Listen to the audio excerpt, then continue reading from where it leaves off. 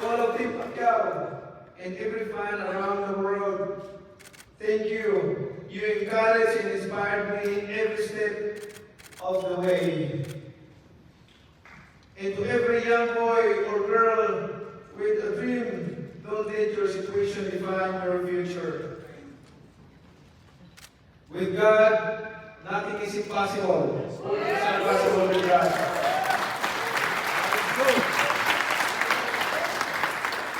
As it says in Joshua 1 verse 9, be strong and courageous. Do not be afraid. Do not be discouraged. For the Lord your God will be with you wherever you go.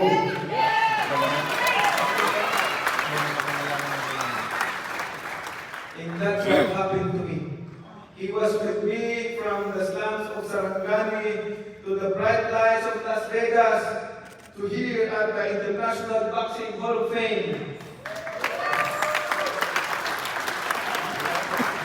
I'm so grateful and thankful to God, and the glory, honor, praises belongs to Him, not to Manny Pacquiao or anybody, but to God who created everything.